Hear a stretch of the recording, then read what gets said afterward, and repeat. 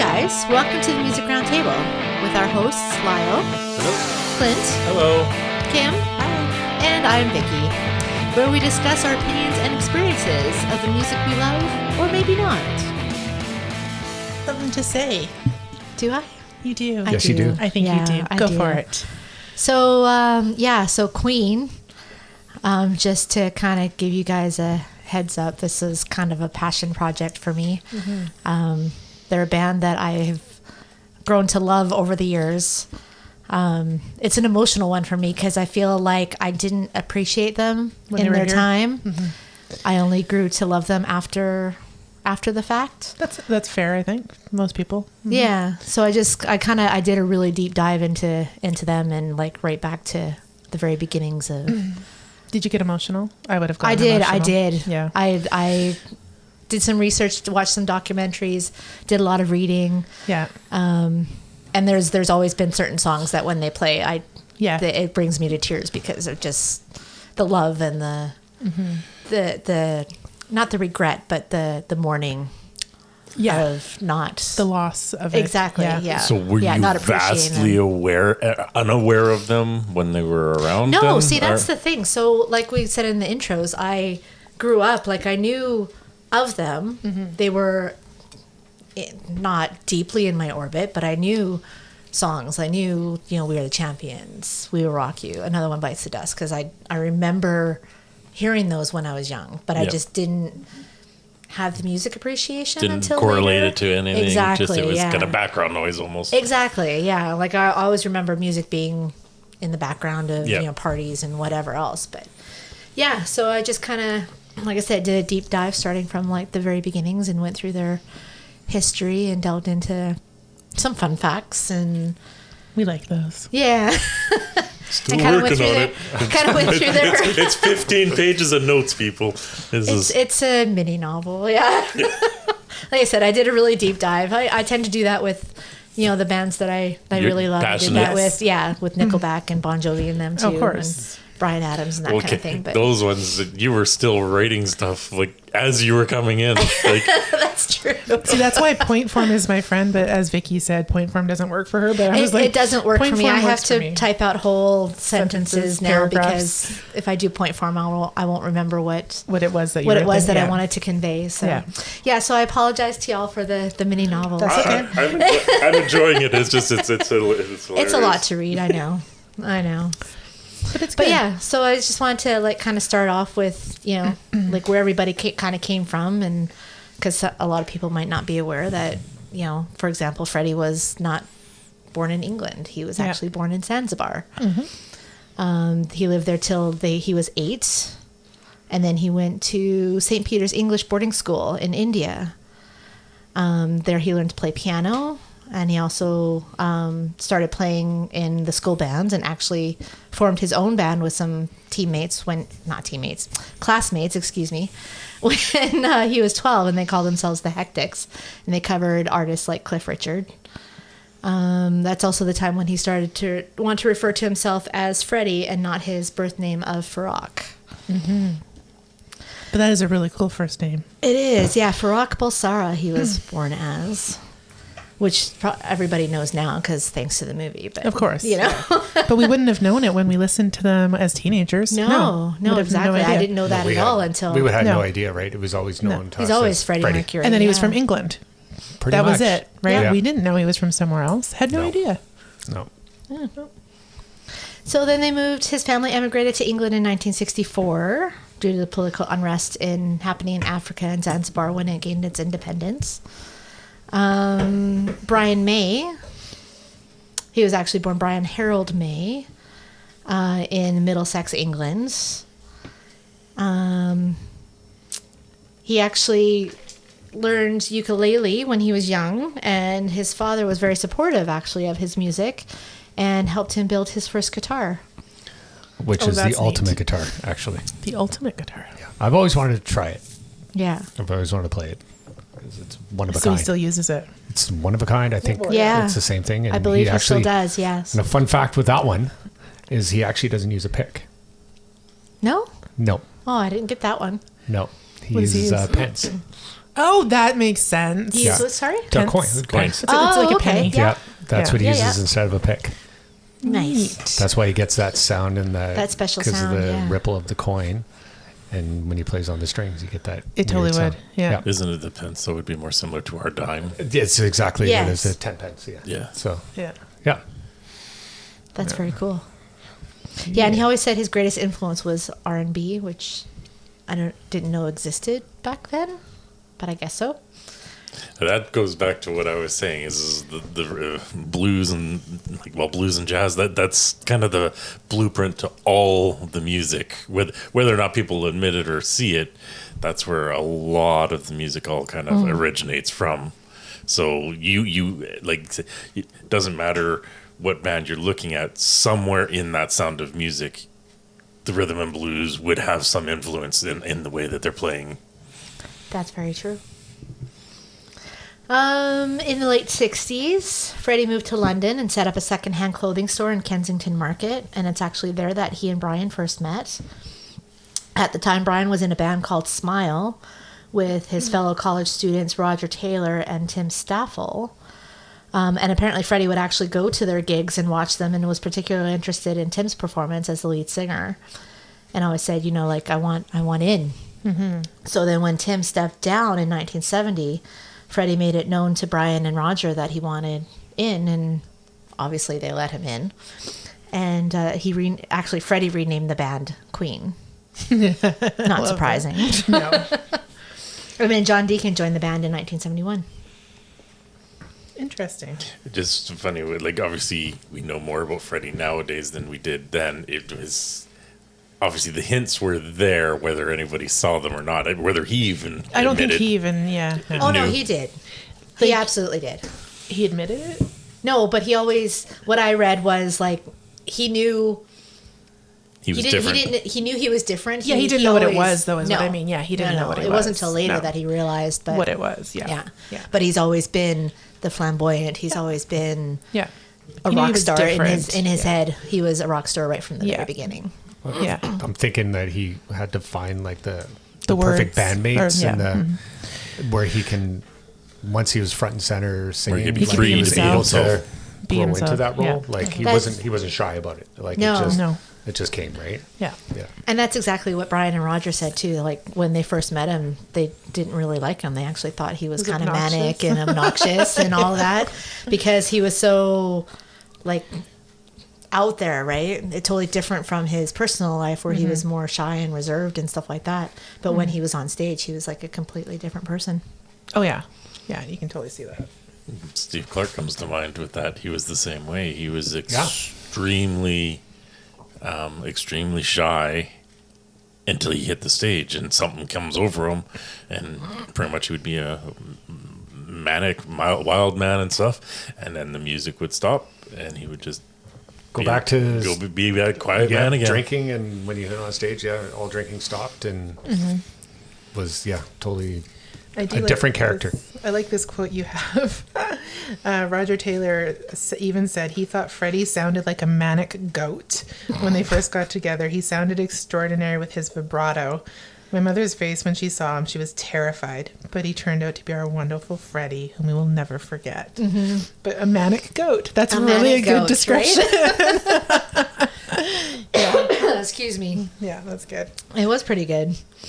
So as it turns out, a friend of Brian's had set up a new studio in London. It was called Delane Leah Studios. And they were looking for a new band to test out their equipment. So Queen was able to record their demo tapes at night for free. See, that's Nice. I think that's a game changer Yeah. Yeah, that because helps. of how much for recording time. Yeah, I that's know why a Kiss lot of did that people- because they were able to get Yeah. free recording time when they waited till everybody else was done. Those It'd be little from things that midnight till help. 4 a.m, or even John Bon I Jovi, was gonna like say he was Bon able Jovi- Exactly. Bon to Jovi get used to the to do that studio, too. so he was Yeah. able to Yeah. get Yeah. You recording get in time. whatever you can get, right? Yeah, Yeah. and that's Yeah. the difference. And if You they were can't do allowed that to now. explore, which Yeah. obviously they were, Yeah. Yeah. with the different styles of writing, then that's Well, because that is a difference. Because there's a lot of bands the demo tape at that time. Obviously, people YouTube now, but at that time, demo tape was the only way you could get things done. So there's so many bands where they would have to scrape and save just to get that studio time to get in there and come out with a demo. Whereas if you work With these one demo. with one demo, so some all of a sudden they kind of get entrenched in their job so that their careers never take off, because to buy the demo they got to work a regular job. You get stuck in a regular job, you never get to go never forward with pursue your that. Yeah, with your music career. for sure. They got a hand up. A hand up with it. That's They the definitely thing. did. Yeah, helps to who you know, right? It is who you know, yeah. It does, yeah. So, as it would happen, one day, John Anthony and Roy Thomas Baker, who were producers from London's Trident Studios, were walking by and heard Queen practicing, and they went back to their bosses to say they had found talent. So, as it ended up, Queen actually signed a management agreement with Trident, but then they needed to find a record label. Their management went to EMI Records and offered the tapes to Roy Featherstone, who was the GM of the pop division at the time. Once they listened to the tapes, they were actually unsure how to market them because the songs that they had, I think they said they had 4 of them on their tape, were so different from each other. So you had like what one exec said was you had progressive rock, the burgeoning glam rock thing, he called it, which was like, if you think back to David Bowie and what was it, Ziggy Pop. Ziggy Stardust. Ziggy Star, that's what it was, yeah. Mott the Hoople. Yeah. Yeah, exactly. And funny that you mentioned Mott the Hoople, because that was actually the first band that they went, quote, on tour with. They started with a few shows in England, and then they did Mott the Hoople, excuse me, was so impressed that they invited them to actually follow them to the States on their tour. But like, if you go back, like, they were signed from the guy hearing them practice. That's amazing. Yeah. Like, Yeah. normally it's, they watch them live Watch a for show, a yeah. bit and check them out, and it takes a bit for them to be like, yeah, it's going to be a good band they want to Yeah. watch. Oh, I've just walked by, heard them practice. Oh, we got to sign these guys. But it Yeah. was so different then. It was. It was so different. The chances of that happening was way more prevalent than it would be now, right? Like Maybe. it was, because it was where you were at the time, right? And if that person was around, and it wasn't so, the market wasn't so flooded with musicians as it is now, right? Yeah. That's true, yeah. And especially being in the in early England. late 60s, early 70s, And being yeah. in England, Yeah. there wasn't. Like, That's a there was totally the odd different bands, animal. right? And Yeah. it was a different music environment. Yeah. Yeah. Yeah. They probably signed a lot, though, I would assume, in that area. Oh, Just probably 'cause- in London. And, Yeah. yeah. Sorry, I'm just reading ahead of my notes, trying to figure out where I'm okay. going to go next with that. Because I don't want to like bore you guys with all the details All the that I wrote details. out, but So then, did they stay with them? Do you know? stay with EMI Trident With Trident, and- they did for a You while. have They to- you worked have to on. read on. Well, she said she doesn't want to go through. Like, I'm just trying No, to like go no. with questions Yeah. to kind of jump it through. Jump it through, yeah. Yeah. They did. They actually they recorded their first couple of albums with them. Yeah. Until they got to the point where they were working and touring and not really making any money. Right. And then Roger happened to notice one day that one of the execs bought himself a brand new Rolls Royce, Excuse you. whereas these guys were barely making ends meet. So then they Yeah. decided to get a different management, Dissolve Good the idea. relationship. Good dissolve the relationship. idea. Yeah. So yeah, because I mean they were doing very well as a band, but they just weren't making any money. And I'm just trying to find in my notes where I separated that. Oh, if you're on the same kind of things as top of page 2. Yeah. Basically, well, because they recorded, well, they signed with the Trident, Yeah. Yeah. right? And then they went and they recorded their, I guess they probably used some of the songs for the first album. Out of So- the demo. Yeah. And that came out in 73. And the first single was Keep yourself great alive. great song.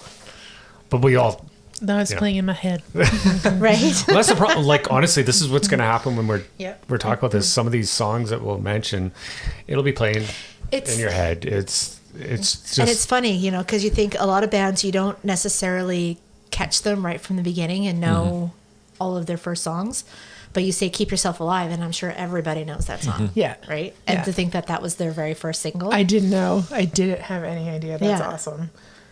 and But- actually, Seven Seas of Rye, I believe, was their second one. yeah, Yeah. yeah, which is one of my No, I got that favorites, one in my head. which we were just listening to Right? a while ago. But Yeah. that's probably one of my Is that why favorites. it's in my head? Because Yeah, I'm like, yeah, that's why. That's one of my favorites. I think that's what started my journey with them, was when I was taking lessons, guitar lessons, and Jim would play Queen, and he showed me that song, and I was like, oh yeah. So then you were how old then? I think when I started listening to them, I was probably 14 or 15. So that was late 80s, right? 14, so yeah, I probably knew of the songs because you just hear them on the radio, right? Yeah. But to get something like Seven Seas of Rye, it was well known, but not very well known. It wasn't the ultimate played one. When you're learning guitar and you're wanting to, like, was all the delay on the guitar. It was an interesting sound. It was different, and it wasn't your typical, I guess, metal or rock sound. Well, it's funny that you say that, because their second album, Queen 2, that Seven Seas of Rye was on, actually was considered one of their heaviest albums. Yeah. So it's funny to hear you say that. But it was just, I think probably maybe the writing was a lot different. I don't know. It's hard to describe. Not like their other stuff. Yeah. And then, like, I know this is really jumped far ahead, but then you showed me Innuendo, and that was now that's my totally like you're from one extreme to another extreme, Exactly. right? And then you're like, okay, now I got to check this band out. Yeah, and Like I really like this band. Now I really got to listen to their stuff. I think right? that's one of the cool things with them is they take a true artistic approach to it. Like, they're not pigeonholed by the corporate. This is what sells. It was more, this is what we want to do. And I think that's what makes Seven Seas of Rye completely. At that time period, early 70s, you had Zeppelin, which is rock. We just got out of the whole Beatles, and you had Supertramp, you had all these other bands, and they come in and they're like, who are these guys? Like, you'll find out. You'll find out exactly. as we continue talking. Like, you'll find out like what they were like and how they changed music. Yeah, well, and how they changed as they evolved. Yeah. Right, with the music, and that's a big thing with any band that's been around for any time. You notice if you go back to their catalog and start at the beginning, there is a shift. You can hear the change. Yeah. So that's it's funny. I didn't mean to interrupt. Nope, not at all. No, I was just getting, like, kind of going back through my notes, and it's like I actually wrote down something when they were in the studio doing their first album. Freddie actually used that as a learning experience, because he would hear his voice back and be like, okay, I need to change this. I need to change that. I don't like that. I need to do it again. And it mentioned that, that band actually came from an era where the bands, when they went out and played their gigs or didn't really communicate with the audience. Like, there was not that interaction backing for that interaction. Yeah. Whereas they were like, no, we want to, like, get out there. It. We want to be perfect. We want to engage the fans. We want them to, reciprocate our energy, kind of thing. So that's kind of like was the first step in kind of changing how bands interacted with their audiences. Yeah. Yeah, because that you go at that time before is okay. Monkeys, you're going to play this song, or you're going to go play 5 songs, and then you're off the stage, and away you go. I could see them being the birth of the actual audience engagement and interaction, which obviously we all know from going to shows is anytime you have that engagement between the audience and the artist, it is a much better show. It is, because literally the energies feed off of each other. I'm going to go to one of mine, is I think it was Rob Zombie, is, if you have a great time, like, if I do a good job, we'll have a great time. If, if your energy's way up here, we'll have an awesome time. Yeah. And you just kind of feed from each other. Yeah. Well, that's exactly what they tried to do. And sorry, just to kind of go back, they actually did 3 albums with Trident. So their third album, Sheer Heart Attack, which was released the day before Lyle was born. November 8th, 1974. So that's how old that album is. 2 things were produced within days of each other. Right? I was here before it. That's true. Yeah. Clint was a couple weeks old at that point. You were waiting for it. But that was their first taste of commercial success, and that was the album that had Killer Queen on it. Good song. A Great song. No, I got that song about it. I was just going to say that. Like I said, Yeah. every time we mention a song, it's going to probably end up It will. in your head. And then they also released Now I'm Here as their other single in January of 1975. So they say Sheer Heart Attack was a transition album from their progressive rock of the first two albums to more of a hard/glam rock genre. I can see that.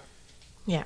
Yeah. And it was about that time that, like I mentioned, Roger noticed that their execs were doing way better than they were as far as money was concerned. Of course they were. So they had Jim Beach, who was their lawyer at the time, later became their manager, actually. Wanted the band to sign with Led Zeppelin's manager, Peter Grant, but the agreement wasn't to Queen's liking. So they hired Elton John's manager, John Reed, and ended their contract with Trident. There we go. That's that the circle Yeah. of managers and producers and The circle of music life. yes. Well, it's always is. a funny thing because a lot of industries are the same way, but it is a tight knit circle. So you have to be careful on what you do because you piss this one off, he talks to those ones, and then you lose all chances of getting anything. It's a small world. We'll It say, is. in the music industry, and Especially that's- at that time it was. Oh yeah, especially at that time. Yeah.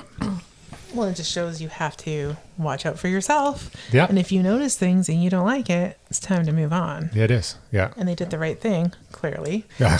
Yeah. And I they think, did. isn't he the one that usually took care of a lot of that stuff? I Yes. think I remember reading that and seeing that in a lot of the documentaries. He was very much on the financial and or care of the band side, right? John he Reed was? Yeah. Yeah. Yeah, Yeah. for sure. So their fourth album, A Night at the Opera, was released November 28th, 1975. Reportedly one of the most expensive albums to record at that time. And it's one of the best albums ever. Ever. Yeah. Yeah. Yeah. Yeah. Yeah, I don't think there's a bad song on that. No. It's also, I think, the production techniques and everything. Like, it's a true Well, that's- studio album. Several studios, apparently. Yeah, well, Well, yeah. and what you were saying, like when Freddie was recording the first one and you could hear his voice in different Yeah. ways. Yep. I think he probably took that to heart, and really that's why Night at the Opera is that good. Because he could do the multi-layering, he could do...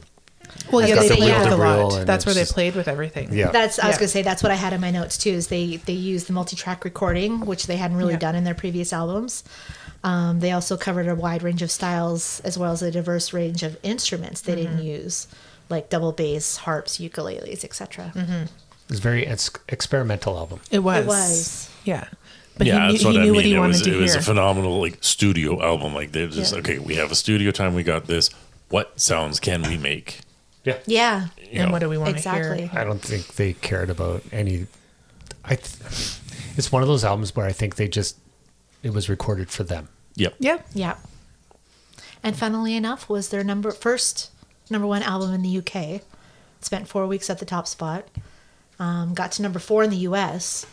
But like we've already mentioned, is already, considered one of the greatest albums of all time. With all those hits as well. Right. And they're still in their... Yeah. Still in their set lists. Yeah. Yep. And multiple generations know those songs, which is Yes. interesting. That's the best part. Yeah. Which kind of leads me Transcend. into Bohemian Rhapsody. oh, So good segue. yes. So was Bohemian Rhapsody genius or was it madness?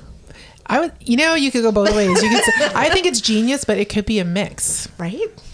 Genius I was equals gonna say, madness, madness equals genius. Genius and madness is a razor blade line. Yeah. It is, right? You almost can't have one without the other. No. Yeah. Exactly. Yeah. It's just darned good. It is. It And was...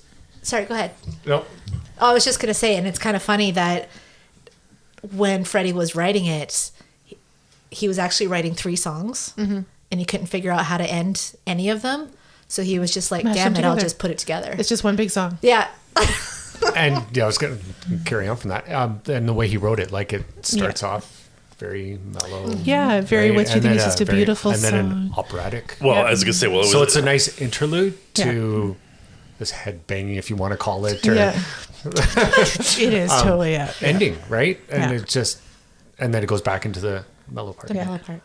Yeah. And I'm sorry, anybody who does not headbang during this song, I don't want you You're as not my okay. friends. Yeah. There's something wrong with you. Yeah, exactly. Well, I think the album was 100%. aptly named Night of the Opera. And Yeah. I think that was one of the things is he took the elements like now people of that time, may not have been enriched in the culture of an opera or anything like this.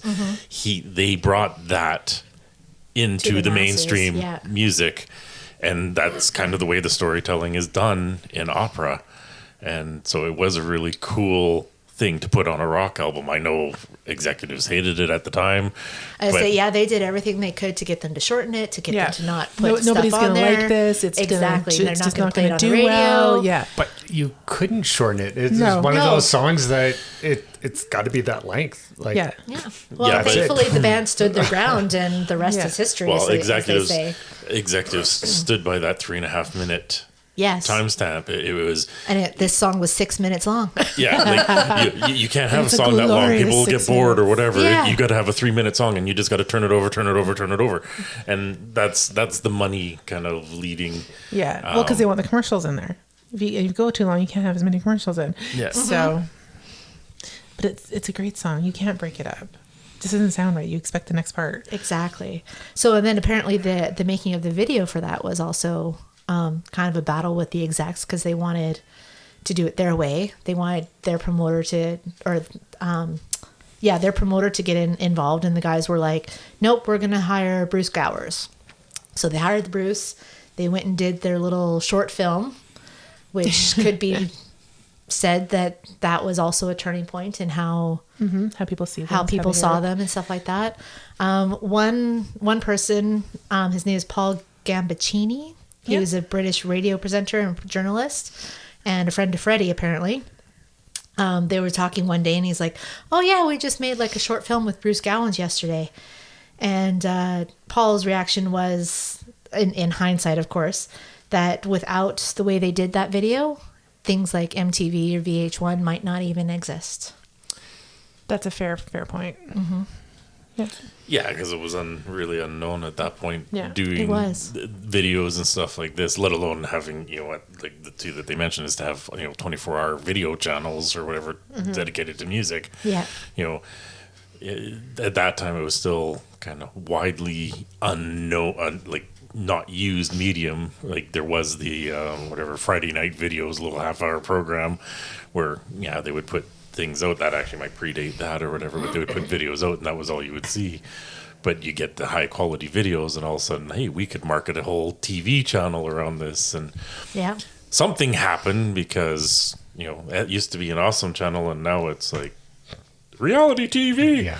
Like what the hell does that have to do with the music? But Nothing. No. Just a corporation now. Well, and speaking when you mentioned about multiple generations knowing the music, like Bohemian Rhapsody set a precedent. It remained at the top of the charts. Excuse me, or it got to the top of the charts actually several times over the decades. So when it was originally released, it was at the top for 9 weeks, and then again for 5 weeks following Freddie's passing. Hit number 2 in 1992 after the release of Wayne's World. Wayne's World, party on. So that's kind of like where the headbanging comes from, Yes. I think. Yeah. 'Cause I don't think that happened before that, but No. it certainly Probably should not. happen No. since. It does. Yes. set It precedent. probably happened, but not in the way that everyone sees it. Obviously, No. that scene in Wayne's World is iconic. Yes. And like all of them in the Honda Civic. And Yes. Yeah. So now, anytime you hear it, you have to do it. You have to. Whether you have the hair or not, Yeah. you have to do it. It's Just part of it. it's an unwritten rule. Yeah. It is. It's the fun of it. Sorry, it's funny we mentioned Wayne's World because there was what I showed you. Mike Myers wearing a T-shirt. Canada's not for sale. Yes, I saw Awesome. that. I saw that. It is not for sale. I love it. I love it. So yeah, so then they just continued. It seemed like they went and recorded a new album like every year at that point, in between touring and whatever. They were busy. They were very busy. Which is actually standard in that time. Like, Well, I knew they pushed that like album tour, but Yeah. like until I was going through and looking at their discography, I was like, I didn't realize it was like every single year pretty much. Yeah, I Right thought up it would until be, like, mid 80s. Yeah, I feel like it would be like every 2 years, but every year. No, see, at that time, and it wasn't isolated to just them. No. In that time, it was always turnover. Mm-hmm. The tours were a lot shorter. Yes. So, like, in some artists could have 2 albums out in a year because it would just.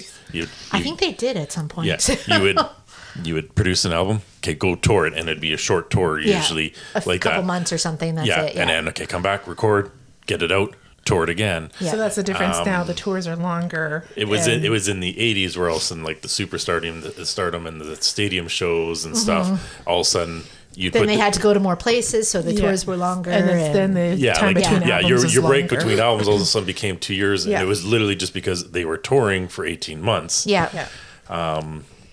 And that's also is the good and the bad with some artists, because they would release an album, they would tour for 2 years. Yeah. The fanfare of them kind of fades out, and then if that second album doesn't live up to the Live up to the which is last better. one. the last one, and they get dropped, and it just which is better, right? Which is the better way to do it? Was it better to have shorter tours, more albums, or longer tours, less albums? I think in the early, the more music you could produce and get out there would always be the better. Yeah. Because especially in like this particular band is the eclectic style in which they made their music. Every album was a little bit different than everything else. So you get a growing appreciation. Exactly. You go to some of the other artists, and especially when the record executives are involved, okay, they had this album, it sounded like this is what sold. Next album. Yeah, here's the recipe, repeat. Next album has to sound like this. Unfortunately, people's tastes Change. over the they years, flow. So you kind of need somebody that has that huge back catalog with every different genre that you can intermix. So you're going to cover more audiences. People are going to grow an appreciation for more of the music out there. Well, I think Exactly. a lot of that too with the record tour. In the 80s, it was a lot harder for the singers because of the way they sang. Yeah. So, like Leopard, they released 3 albums in the first, 3 years? 80, wait, what was 80, it? 81, and 83? I think it was 79, 80, 83. Yeah, something like that. And then even with Bon Jovi, it was a quick succession for that. Yeah. But the way they sang was a lot harder on their voices, whereas in the 70s, more natural, they just sang like, well, I know Freddie was classically An trained. exception. Yeah, He was different. And he could sing. It was easy for him, right? He never had an issue with his voice. No. Where now you can see the results of that. Toils, yeah. What's happening. They're going through, like with John going through the surgery, and a bunch of artists have had issues. And I think Issues with their yeah. instruments, yes. Yeah. So, But that's also like, you come out, I'm going to be a rock star artist, I'm going to sing, not realizing how to take care of your instrument. You just take for granted that it's always going to be there. yeah. Totally. Yeah. Even as an amateur singer, after I was sick a few weeks ago, when I thought I was feeling better, I'd be on my way to work trying to sing along, and I still couldn't. You're like, that's not working for me. No, Can't it do wasn't working. No. And that was just from a cold. And they sing through sickness, through whatever. And Yeah. I'm like, oh my God, like, how can you even, I know as fans, we want to see them, but Yeah, they only go What's- down if they actually get laryngitis or something. yeah. Well, Then like then they're done. you mentioned that because I had a cold a few weeks back, and every day that I'm back at work now, like the cough's gone. But when I answer the phone, I have to literally put my hand up to my throat when I'm trying to answer the phone. Otherwise, it doesn't. Like I will cough. Yeah. Yeah, Yeah. it's bizarre. Yes. Hate getting old. But yeah, I mean, speaking of singing, I mean, everybody now knows that, Freddie had such a range, 4 octaves, I think it 4, was. yeah. Again, one of those people quoted as having like perfect pitch. Yeah. And he always thought, credit it to the 4 extra teeth that he had in his Right. mouth. And I came across something that, I think I put it in the fun facts or something, but Brian had asked him one day why he didn't have surgery to have some of the teeth removed. And Freddie was adamant about not doing it because he thought it would actually changed it. affect Yeah. his voice and his palate, and he wouldn't be able to achieve the range that he he had, so he never did it. Yeah, because didn't it say somewhere that the doctors figured there is something about the way his mouth is shaped because of those teeth that does change allow the him sound, to right? allow it would be him to like get to singing things. in a church compared to singing in an office building. Yeah. Right? Something like that. Yeah, something like that. So yeah, he never did it because he was afraid that it would change I think how it he totally sang. would have. Yeah. Yeah. It's funny you mentioned like okay, him having perfect pitch and stuff, and going back to the early stuff in your notes earlier to that is he had to find his voice. Yeah. So Yeah. like obviously it's there, but like through the work through the studio and He had to learn it. listening and all this, Yeah. he like a true instrument, he learned how to play his voice. His voice, yeah. Yeah, that makes sense. Yeah, absolutely. Yeah, and that was the thing. Like whenever he did the AOs, Yes. like yeah, like Yeah. I apologize to artist do everybody that? that like can another singer do what he does? What And he hold did, that note as long as he did. and the way he sang it, no. No. So that was the difference right there. Yeah. One of the many. Yeah. So Because if you didn't have the same backup band, would you do as well finding your voice or how your voice is supposed to work towards that music either, right? yep. So him finding his voice also was helped by the people he was playing with. Yes. And most that they definitely. could all sing too. Yeah. Yeah. yeah, helped no, out that huge. it all builds off of each other. Like ultimately, Queen became the band that Queen was because of who Queen was. Like, Yeah. Yeah. Because it's funny how the four of them, with the exception of Freddie, because he went to art school, Yeah. whereas the other three were more academic. Yeah. Like John was studying to be a dentist. Brian's was in the sciences and Yeah. an astrophysicist and Yeah. whatever. Excuse me. I always find But that they were funny. but they were all so musically inclined as well, right? Yeah. That they just they fit together. Like you can't imagine. I mean, yeah, Queen tours now as with Roger and Brian and Adam Lambert, but at the same time, like you can't imagine Queen with anybody else except those four guys. Totally. Yeah. And they certainly wouldn't be who they were. So Yeah. that's No. it's an interesting thing. You're mentioning them touring with Adam Lambert. So they actually ever written anything with Adam Lambert, or are they literally just kind of resting on the laurels of? They haven't written anything. No. Yeah, When they toured with Paul Rogers, apparently they did one album with him, yeah. but they haven't done anything with Adam. It's No. been just strictly just go out and play what the people want to hear, which is Which makes sense. Like you're idolizing what was. It's just I almost feel it's almost not fair to Adam Lambert, like great singer and stuff like this. But He does his own. He does his He- own stuff though too. he does have his own Yeah. thing on. This is I just a shouldn't say on the tribute. side, but Yeah. he does have his Little own music we're gonna career. yeah. Yeah, But This at is the like same time, tribute. like I can't. He's never. I've only seen them once, Yeah.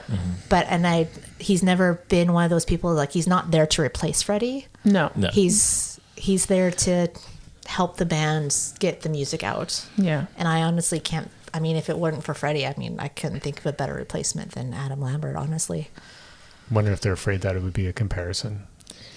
I mean, it was in would the be. beginning. Yeah. Absolutely. Yeah. Because Well, a lot of they're- people they're- were like, like- "Oh, he's trying to replace Freddie," and he really wasn't. And I'm wondering No. if they made an album or Yeah. recorded something, be like, well, is that really Queen? It's not. No. It's it would be not. Queen plus Adam Lambert. Yeah. Exactly. But I think I'm wondering if mentally they're just like, Well, because they're touring on the basis of what their band was. Yes. And they needed a singer to do it, and they don't want to do any more and they music found an because they're not amazing Queen singer. anymore. Like, Yeah. Yeah. yeah. Yeah. I don't think anybody could compete with that, but there could be somebody. Well, there is But- that one other guy, the Canadian. What's his name? Mark something, and he's amazing and sounds just like Freddie too. He was in one of the Queen things. He did tour on the other thing. I don't remember what it's called though. Hold I on. can't remember his name either. I didn't come across it in any of my research, but I wasn't really looking past that point too much No. at this point anyway. Anyway, while you're looking that up, Yeah. I will move on to their next album, Do. which was A Day at the Races, released on December 10th, 1976. Now, this was the first album that they self-produced, and it was recorded in London and engineered by Mike Stone. They released the single Somebody to Love, which, funny enough, was thought at the time to just be like a revamp of Bohemian Rhapsody because it was kind of along the same storytelling lines and such like that. And a lot of people didn't really think it was all that impressive at the time, even though it reached number 2 in the UK. But now people can't get enough of that song. Exactly. It's one of my favorites. Well, because there's also some people have also covered it and stuff like this. Yeah. So it's had a resurgence. It does. It did, yeah. Tie Your Mother Down. Oh, great song. Good old-fashioned Great lover song. boy. This sucks for me because I'm like, Yeah. all these songs are playing in my hair.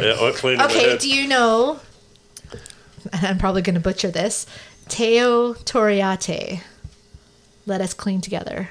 No, I do not. No, because it was only released in Japan. Okay. I do know it. Then you're a bigger fan than I am. So I'm going to jump ahead, though, for Tie Your Mother Down for a second. Sure. So in the tribute concert for Freddie Mercury, when Queen came out on stage after all the other bands played, like Metallica and Extreme and all that, Brian May started singing Tie Your Mother Down. And Slash was out there playing. Joel Elliott came out from Def Leppard and sang Tie Your Mother Down. He was the first singer to sing with Queen after Freddie Mercury. Yes, that's right. Yeah. Little fact thing. Yep. Little fun fact. Well, there was a sad fact. There is obviously Def Leppard and Queen have a long relationship, and unfortunately, Steve Clark and Freddie both died. Yeah. Very close to each other. Yeah. And the first phone calls out was when Freddie died was Brian May to Joe. And then the same thing is when Steve Clark died was Joe to Brian May. And that it just shows like the friendship and family that, the music industry has And how out small there. the music industry was. Yeah. Yeah, Yeah. for sure. Did you find it yet? Oh, yeah. Okay. I'm just listening. I was trying to find the other part of it, but I found part of it. I mean, his name is Mark Martel. Yes. And he's Canadian. He's known That's what for it was. his vocal resemblance to Freddie Mercury. He performs Queen covers, provided some of Mercury's singing voice in the film Bohemian Rhapsody. He performed with the surviving members of Queen on American Idol. I think he was on tour with them too, but I can't find that. He was... Because there was some Queen... I remember hearing about the American Idol thing, but I Yeah. don't. Was it before they did Paul Rogers, right? Before they I had think Paul so. Rogers band? I think so. Join, excuse me. I feel like it was. Because he joined... Because, he- yeah, the there name was is some- familiar. He did some contest or something. That's why he sang one of Queen's songs was for a contest, and I think he won that I contest. thought that's how they found Paul Rogers. I could be wrong. I No, didn't research I think that. they're friends. I Yeah? think that's what it was. Okay. Yeah. Yeah.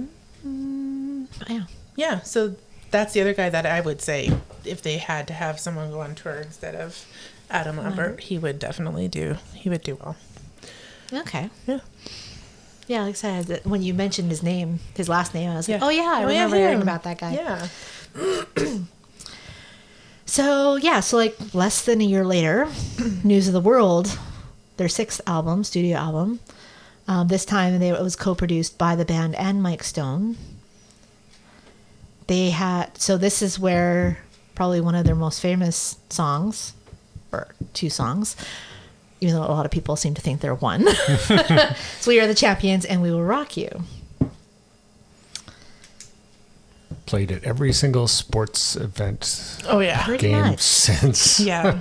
Oh, and at campfires, like camps Yeah. or whatever, like for kids, like it's a huge song. Yeah. It's a huge anthemic Yes. song. Yeah. You can't have one without the other. It's got to have We Will Rock You and then We Are the Champions. It's just the way it is. You can. Well, you can have them. you It can, just but- But it doesn't it's sound it's right. great. Right. It messes people up when you Completely. do it, and I think that's amazing. I love doing that. Oh, really? Like on the radio where it plays one and they don't play the other part, you're just like, excuse me, you need to play the other song. Like they'll play "We Are the Champions," and they'll go into another song, and You're like, whoa, whoa, whoa, whoa. sorry, they'll play "We Will We'll Rock, Rock You." You, Yeah, yeah. they'll play "We Will Rock You," and then just go into another song, and you're just like, I'm sure everyone on listening on the radio's on the edge of the seat, like, going, "Where's the rest of It's it?" the song, yeah. It's not That's one actually song. one of Alan's biggest pet peeves is when they played it together. But what I found was it was actually intentionally written by Queen to be played together. Yes, I saw that before too. Yeah. Right? Yeah. I had no idea until I read that. Yeah. So the point being, We Will Rock You builds up the energy before the triumphant chorus. Yeah. And We Are the Champions, which creates a huge crowd-pleasing effect at their live shows, apparently. Never mind that they were placed back-to-back on the album, released as the A and B sides of the single, further solidifying their connection. Yeah. Well, because Clint and I had this conversation months ago. We were in the car. Same thing had happened. The radio didn't play both songs back to back. And I was like, what the hell? And then we were talking about it. He's like, well, it's not one song. I was like, I get that it's not one song. So then I looked it up and I did. I found that same thing. And I was like, but see, it was meant to be together. It was meant to be together. Exactly. It's so funny because I've been listening to their music a lot the last little while too, just to kind of, keep myself in the mood. Yeah. And I always keep it on random, right? So then We Are the Champions came on, and I'm like, wait a minute, that sounds wrong. It sounds wrong. Where's the first part?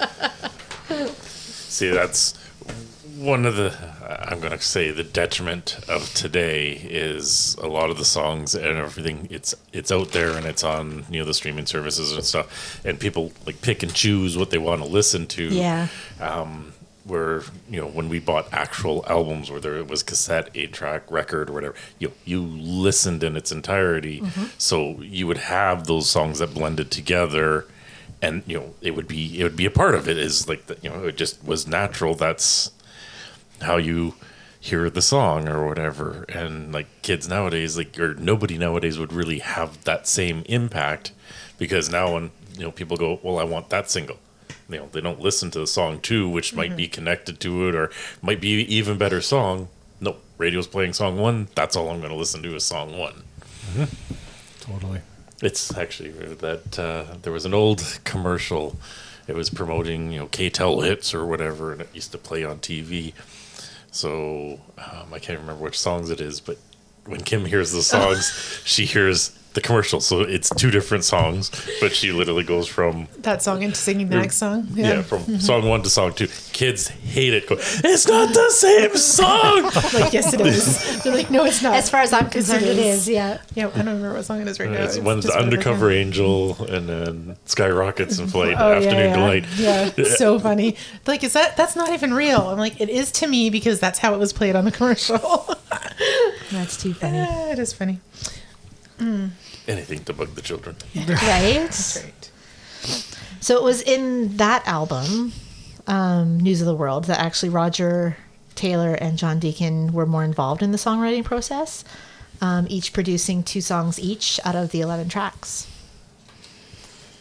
So I guess they had helped at that point, but hadn't actually written songs of their own until that point. It's always a difficult, especially when you have great musicianship or whatever, but like there's always seems to be one that kind of pulls out into the lead and kind of dictates how everyone else does the songs. So to have, lack of better terms, your secondary players have that kind of input into it definitely makes it a group effort, and it actually enriches what they're trying to produce. Exactly. So yeah, apparently the tour for that album broke records, including the largest paying audience for any band in the world, when they performed for 131,000 people in Sao Paulo, Brazil. Wow. And that was their first visit to South America. Nice. But 131,000 people That's crazy. on your first visit. Playing in front of that many people? Right? You better do good. Right? That's a lot of people to come after you. actually- Yeah, I think It's that was actually- part of the Rock the Rio festival that they Oh, did. okay. Yeah. So That's there's actually always funny because, like, obviously something that Scott gave me was the metal evolutions, and one of the things he was talking about is metal around the world. So they're talking about like some of those festivals in South America and stuff, and it's just amazing. Fans are crazy down there. Yeah, like like Brazil, it's known for like soccer. Exactly. But yeah, the Yeah, fans their down there motor are racing fans amazing. are crazy there too. But yeah. Then they released another album the day after my birthday. The day Well, after your birthday. if we go back on News of the World, it was released on my birthday. Oh, there we go. Oh, there we 1977. go. Yeah, sorry, I missed that. Yes, it was. On Clint's 3rd birthday. 2 of the most iconic songs ever written were on an album that was released that day. It's unusual to have like an album released on your birthday, so that's... It is. I didn't Yeah, have it's one. kind of fun. I had it close, but not on. Yeah, either side of mine. So. Yeah. Never happened for mine. No. No. Well, no, December 10th. What? That was... December 12th. No, but what was it? Sorry, I flipped my pages. The last album. Oh. That's surprising to me because it's just like the end of the year. Who wants to release an album at the end Well, they of the did year? it to Actually, get a the Christmas sales. Yeah, a lot released in those final weeks of the year. They actually do it for 2 reasons. Is when they release it at that point in time is one, yeah, you want the holiday traffic and stuff like this, but also along like the award shows and stuff like this. If you release it and your single can play off into the next year, you pretty much can get nominations for the previous year and the next year. And the next year. Ah, That's that's fair. never That's thought very about that. smart. I just Yeah. never thought there would be one near that time of year. Except for Christmas albums. Yes. But with that, do we want to take a break and Yeah, let's continue this on another let's stop there and we'll do a second part and continue on with Queen? with Queen and All right, sounds good. We'll catch you on the B-side. Thank you for joining us on the Music Roundtable. Please like and comment where you listen to the podcast. And make sure you hit subscribe if you haven't already. You can also find us on Facebook and Twitter and let us know what you'd like us to talk about. Until next time.